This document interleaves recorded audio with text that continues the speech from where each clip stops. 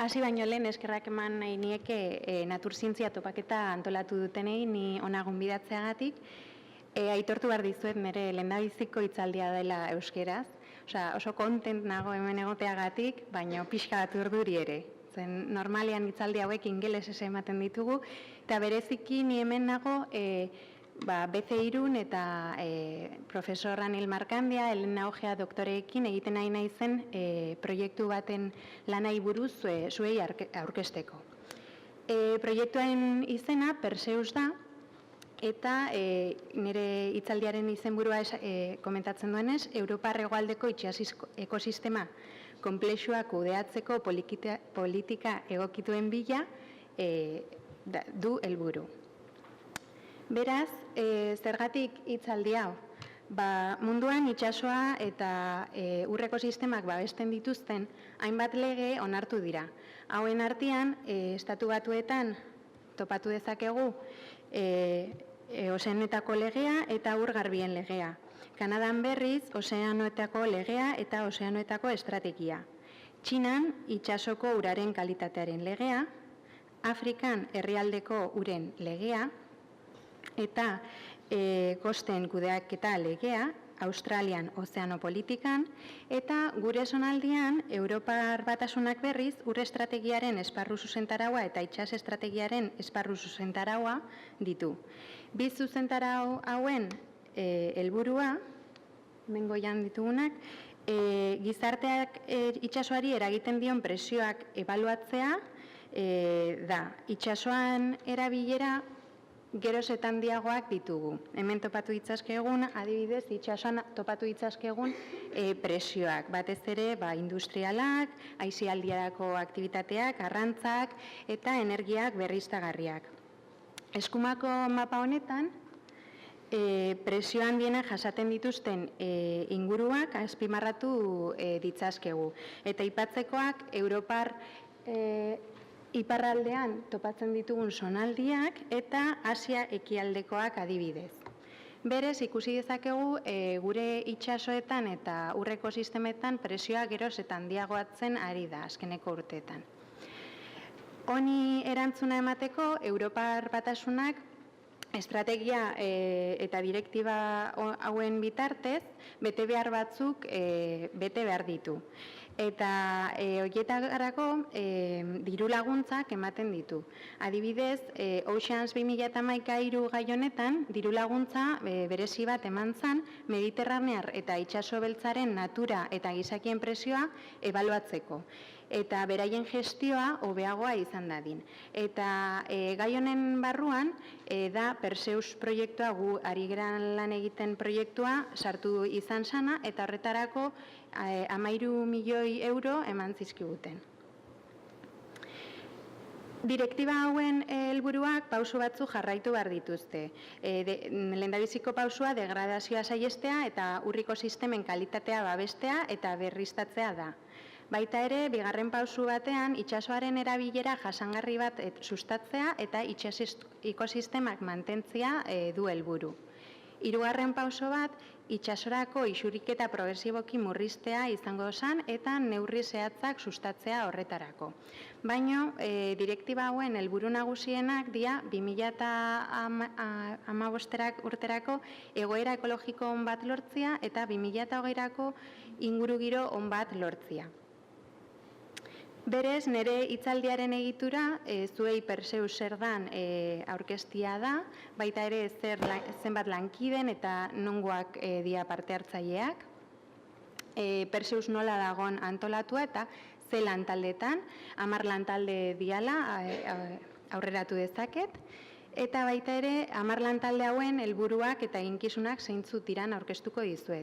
Baita ere, lantalde hauen amankomuneko arloak zeintzun diran aurkeztu, eta bukatuko dugu komentatzen zertarako den proiektuaren garrantzia Europar Batasunerako eta itsas ekosistementzat bereziki. Perseus, ingelesetik datorren Policy Oriented Marine Environmental Research for the Southern European Seas akronimotik dator. Eta bereziki Europa hegoaldeko itsas ekosistemen ikerkuntza politikarantz bideratutako proiektua da. Helburutzat beraz, Mediterraneoa eta itsaso beltzan gaur egun eta epe luzera ditugun presioak eta gizakiak presioak eta naturak beraren presioa eragina ebaluatzea da.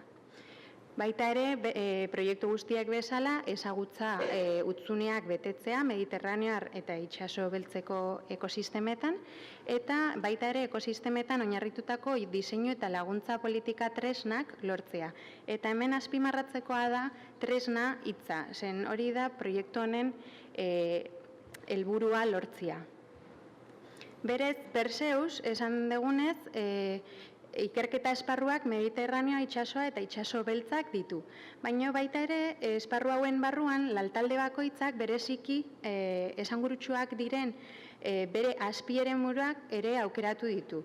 Adibidez, lehendabiziko lantaldea, dela ezagutza lantaldea, aukeratu ditu hemen topatzen ditugun azpieremuak.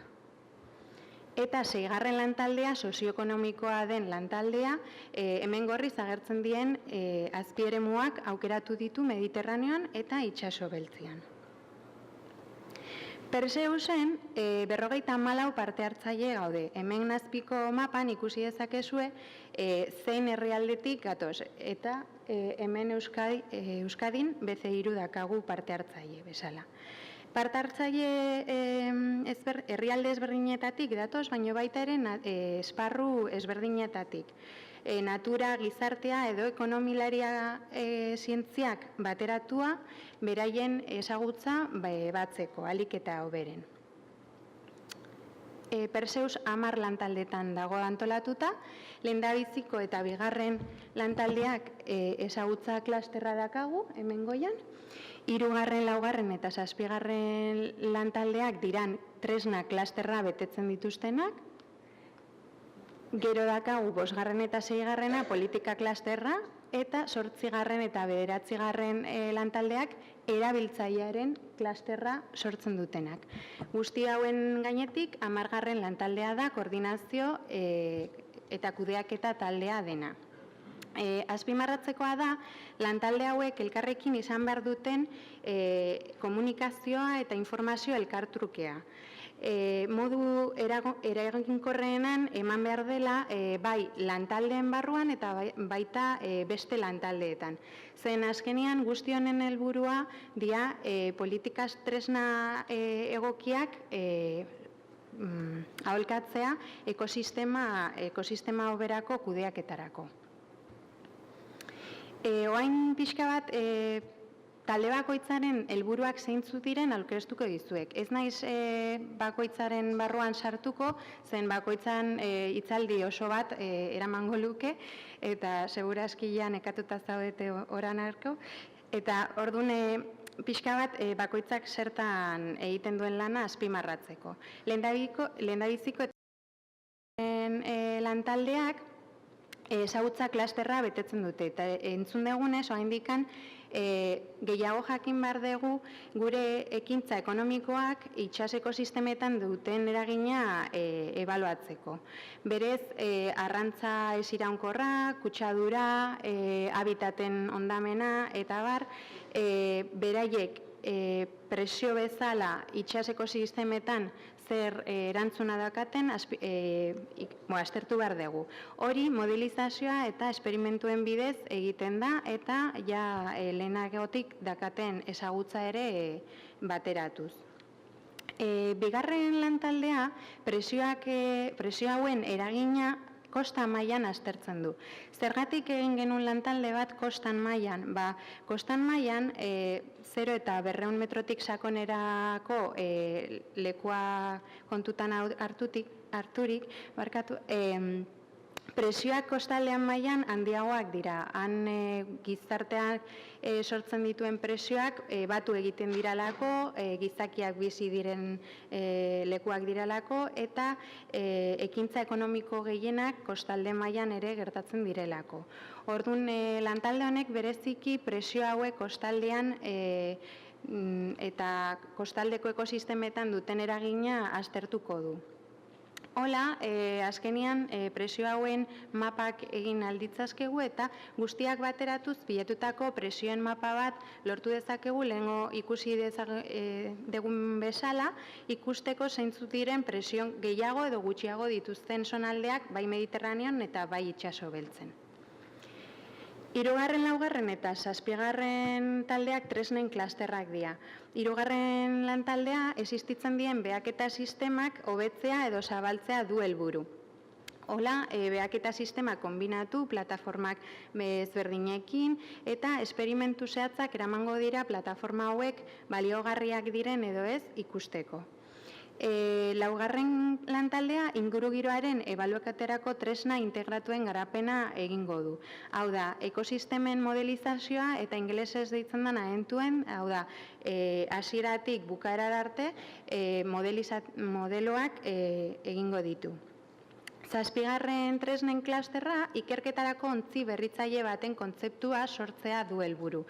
Helburu zientifikoa eta operazionalak izango dituen ontzi berri baten kontzeptua desarrollatuko dute eta bereziki ontzi honek sakonera gutxiko lekuetan sartu ahal izateko eta ikerketa egiteko erabilia izango da. 5. eta 6. klasterra politika klasterra dira. BC3 justo 6. lantaldian dago, sozioekonomikoa eta politika eta eszenario egokiak egiten duen lantaldian. 5. lantaldean adibidez, Mediterraneoan badaude herrialdeak Europar Batasunean ez daudenak eta berez Europar Batasuneak ez egoteagatik ez dituzte direktiba hauei erantzunak eman behar. Baino, ekosistemen kudeaketa on bat eukitzeko hauek ere kontutan izan behar dira eta denek saiatu behar gea elkarlana, Europar Batasuneko herrialdeak elkarlana eta ezagutza beste Europar Batasunean ez dauden herrialdetara emateko eta beraiek guri emateko baita. 6. lantaldeak orduan, zubinanak egiten ditu ekonomilarie eta zientzilarien artean eta azkeneko eremuan politikagileen artean. Lantalde honek erabakiak hartu behar dutenei bidea erresteko sortu zen. Hau da, tresna kutxa bat sortzia, zientzian hartzen den ezagutza guztia, azkenian erabakiak hartu behar dutenei emateko. Baita ere, talde honen eginkizunetako bat parte hartzaile bilguneak sustatzea da. Parte hartzaileek bilguneak interesadakaten jendiak bilduz eta ezagutza duketen jendia bilduz. Eta pertsona hauek interesa eta ahalmena dakaten neurrian kokatu egiten ditugu taldeetan galderak egiteko eta gu aigean gauzak aztertzen beraiei emateko. 8. eta 9. lantaldiak erabiltzailearen klasterra dira. 8. lantaldea guri taldean artean uda eskola, kurtso zehatzak eta zentruetarako bizitak antolatzea ditu helburu. Baina baita ere, kanpoko jendia gure uda eskoletara eta kurtso zehatzetara etorri nahi baldin badu, hori ahalmena ematen digu. Komunikazioa edapena eta informazio kudeaketa da 9. lantaldearen helburua. Komunikazioa da proiektu honen azpimarratzekoa tresnak eta gero azpimarratu nahi izan dana. Eta ekintza batzuen artean, leno Malaspinan aipatu dian bezala, marmoken behaketa ekimena eta hondakin behaketa ekimenak ditugu parte hartzaile zuzenak eukitzeko jendiakin. 10. lantaldea, koordinazio taldea da, proiektu guztiaren arduradun nagusia Greziako Evangelis Papatanasius da, eta baita ere bi kontseilari talde ditugu, bat zientzilari eta politikari ez osatuta, eta bestia bakarrik zientzilari ez komitetea, ematen ditugun emaitza guztiak kontrolatzeko eta aztertzeko. Beraz, zertarako da Perseus garrantzitsua esan degunez, eta leno nire beste izlariak esan dutenez, daukagun ezagutza finkatuta dago, baina horretan tresnak sortu behar dira azkenean zintzilari dakagun ezagutza gerturatzeko bai gizarteari eta bai erabakiak hartu behar dituztenei. Eta hola, azkenean lortu ahal ditugu politikak egokituagoak gure ezagutza eta gure ingurugiroaren ezagutzari. Informazio gehiago nahi baldin baduzue Perseusein, webgune hau dakazue, eta han informazioa zientzilarientzat, politikarientzat edo gizarte orokorrarentzat topatu dezakezue. Eta mila esker zuen arretangatik.